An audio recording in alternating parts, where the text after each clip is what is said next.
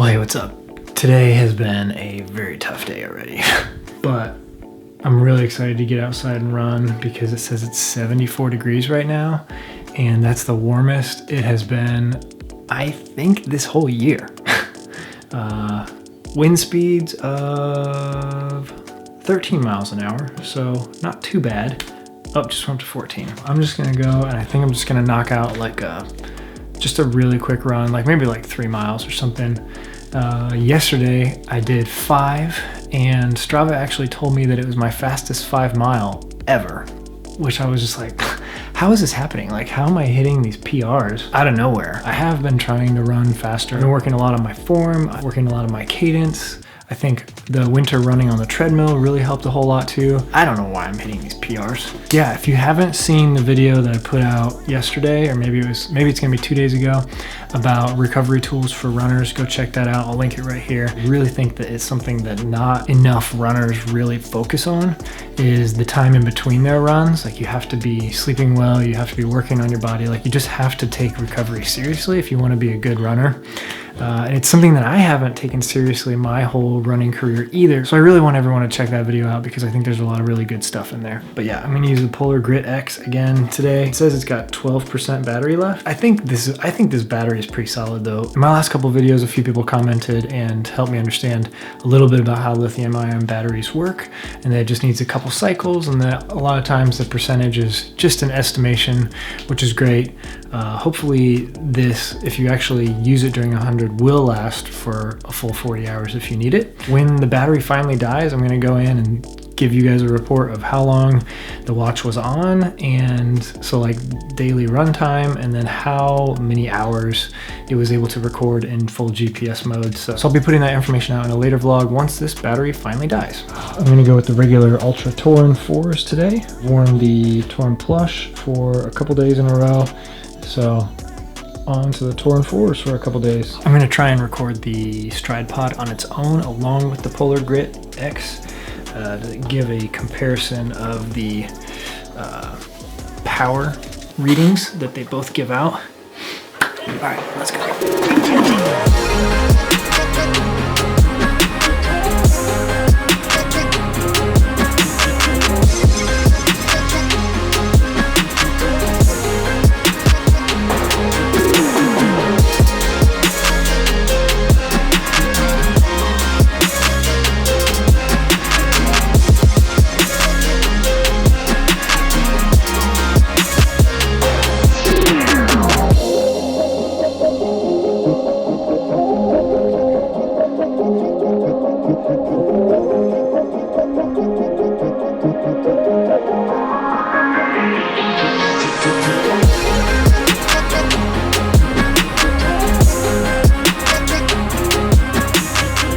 Through, and I'm going to look at the two files from these two devices and compare power and drop some files in. So as you can see right here, this section where I wasn't doing anything for about 2.5 minutes was when I was trying to assist that dog owner with understanding the rules of the neighborhood. So that's what this section is right here. But looking at it, again, we've got the blue is the Stryd, the purple is the Polar Grit. Just like zooming in here, it's kind of freaky actually how close it gets. There's definitely some parts where its estimation is like off, but right here, see if we can zoom in here, most likely this was where I hit some wind.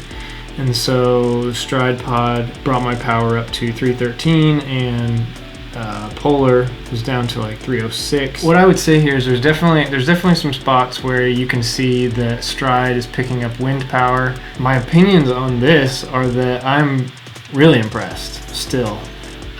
Some weird parts, there's some weird stuff going on, but for the most part, I think if you're using this as a way to track your TSS, your training stress score, I think you can probably get by with just the Polar Grit X. The power from this seems consistent enough with the Stryd pod that I would be happy with using this only, and I might try doing it for a while, just changing my FTP, because if you don't change your FTP in Training Peaks, it's going to tell you that you're doing way more work than you actually are. So you have to adjust your FTP. It would be really good to, honestly, what I should probably do is go to a track and do an actual FTP test with the Polar Grit X and the Stryd pod. But for the most part, this is like, I'm like really surprised at the Polar Grit and how it's much better than the Koros pod that I tested back in, when was this? December. And for the first like third of the run, we'll zoom in here. The blue is the Koros and the purple is the Stryd. The Koros was just giving me kind of like more of an average, in my opinion, an average of how much the pod was really moving. And then also the really annoying thing about the Koros pod that I didn't like was that it, like in a section like right here where I started walking to test this, Stryd was still giving me a reading of 70 to 80 watts for walking, which is more appropriate. Koros pod gave a reading of 0 watts for walking, which is not appropriate because it takes energy to walk. The overall consistency of it was just not there. You can see here it's under, here it's over, and then it's like getting kind of close to maybe it's sort of close enough that you could say that this is pretty close. But then it's like pretty far over again, pretty far over, really far over, and then all of a sudden towards the end of the run, it's under. It was just kind of all over the place. So that is where I'm gonna stop. I'm gonna stop that there. I'm working on the Triple Crown series right now. This is all you get, sneak peek. This is Tahoe right here. And that's Rob running down the trail. This is the project file. And when this is all said and done, I'll go through a more in-depth tutorial. Right now, I'm just working on like text overlays, and I wish this fan would stop and shut this. But when this is all said and done, I'm really excited to go through this whole project and give you guys like a tutorial kind of maybe video series about how I created this documentary series. I'm really excited for you guys to see it and to start producing more content around that, and just how I went about it, how I filmed, how I edited, how I color graded. So if you guys would be interested in that, leave a comment below, because I'm really excited to start doing things like that on this channel as well. Later tonight at 9 p.m. I've got my live stream. It's gonna be a fun one, just like question and answer sort of stuff, just hanging out with all of you guys that join. It's one of the more fun things that I've started doing during this whole stay-at-home order, is doing these live streams. So if you missed it last night, go ahead, click that bell to get notified, and you guys will be able to join next time. So that's it. That's all for this video. I will catch you guys again soon. Bye.